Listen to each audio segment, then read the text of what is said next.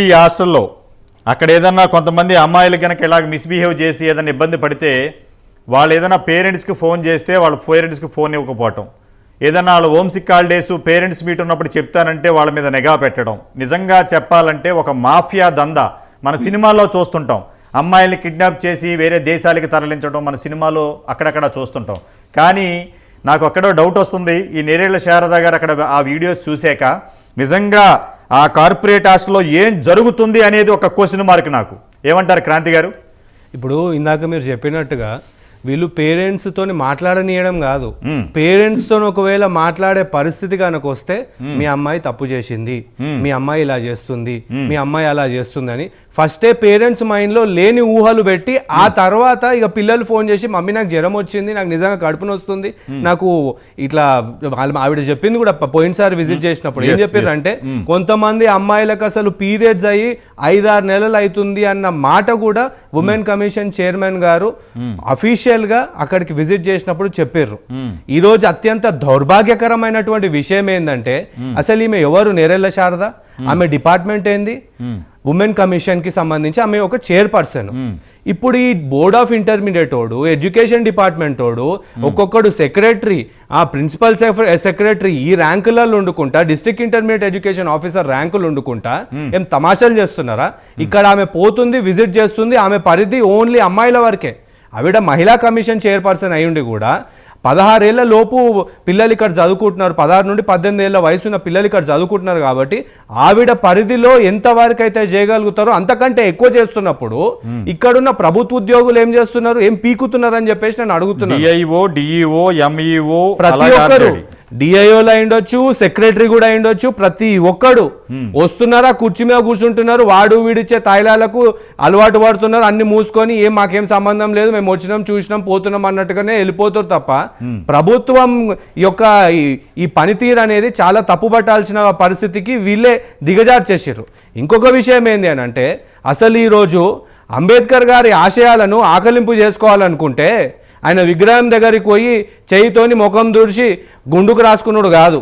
ఈ మాట నేను ఎవరిని ఉద్దేశించి అంటున్నానో ఒకసారి ఆలోచించండి. ఎందుకంటే మన రాష్ట్రంలో 2 సెంట్రల్ మినిస్టర్లు ఉన్నారు. ఇగో ఇక్కడ గైడ్ లైన్స్ ఉన్నాయి, ఇవన్నీ బీజేపీ మోడీ గారి గవర్నమెంట్ రిలీజ్ చేసినటువంటి సెంట్రల్ గవర్నమెంట్ గైడ్ లైన్స్.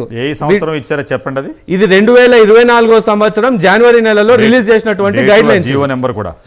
అయితే ఈ గైడ్ లైన్స్ ప్రకారము ఒకసారి జీవోని జూమ్ చేయండి.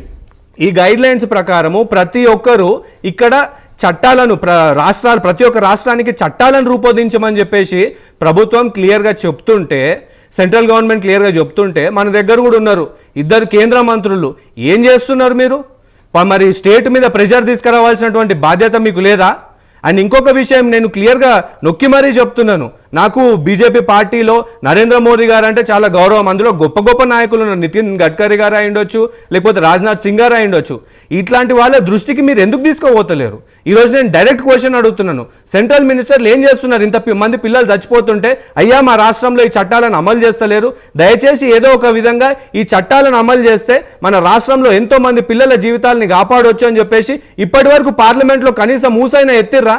ఎప్పుడు చూడు వాళ్ళను వీళ్ళను మీరు కాంగ్రెస్ వాళ్ళని అంటారు, మరి మీరేం చేస్తారు? ఢిల్లీ సింహాసనానికి కాళ్ళ దగ్గర వాడు ఉండడానికి చేసే ప్రయత్నాలు తప్ప ఇంకేం కనిపిస్తలేవు. ఈరోజు నేను ఈ విషయం క్లియర్గా ఎందుకు అంటున్నానంటే, అరే ఒకసారి ఆలోచించండి, గొప్ప నాయకత్వం ఉంది మన దేశానికి, నరేంద్ర మోడీ లాంటి గొప్ప ప్రధానమంత్రులు మనకున్నారు, వాళ్ళ దృష్టికి తీసుకుపోతే ఇలాంటి ఇష్యూస్ని రిజాల్వ్ చేయలేరా? చాలా ఈజీగా రిజాల్వ్ చేయగలుగుతారు. కానీ మన దౌర్భాగ్యం ఏంది అని అంటే వీళ్ళు ఆ ఇష్యూస్ని ఆ లెవెల్ వరకు తీసుకుపోవాలని ఆలోచిస్తలేరు. సమస్యలకి పరిష్కారాలు ఉన్నాయి, కానీ ఆ మేధావితనాన్ని ఉపయోగించి ఎక్కడ వేసిన గొంగళి అక్కడే నాకెందుకులే అన్నట్టు ఏదో శాస్త్రం ఉంటుంది. ఆ విధంగా తెలుగు రాష్ట్రాల్లో ఉన్న మంత్రులు కానీ అధికారులు కానీ అటు నేషనల్ ఢిల్లీ లెవెల్లో కానీ వాళ్ళ అధికారం ఎక్కాక ఇవన్నీ చాలా చిన్న సమస్యలుగా ఉంటుంది. మధ్యతరగతి కుటుంబాలు మేగ్జం విద్యా వ్యవస్థ చుట్టూనే తిరుగుతుంది. ఎందుకంటే ప్రతి స్టూడెంట్ కానీ ఆ విద్యా వ్యవస్థ నుంచే బయటికి రావాలి. దాన్ని టార్గెట్ చేసిన ఈ కార్పొరేట్ వ్యవస్థలు ఇంటర్మీడియట్ ఎడ్యుకేషనే కాదు, ఇప్పుడు స్కూల్ లెవెల్లో ఎల్కేజీ నుంచి మొదలుపెట్టి ఇంటర్మీడియట్ ఫీజే తక్కువ ఉంది స్కూల్ కన్నా. ఇది మొత్తం దందాన్ని ఎలా తీసుకెళ్లారంటే ఏది ఎవడొచ్చినా మాకు అడ్డు లేదు, మా దగ్గర డబ్బులు ఉన్నాయి. ఆ డబ్బులు సామాన్య మానవుడు రక్తం ఓడ్చి సంపాదించిన డబ్బులు.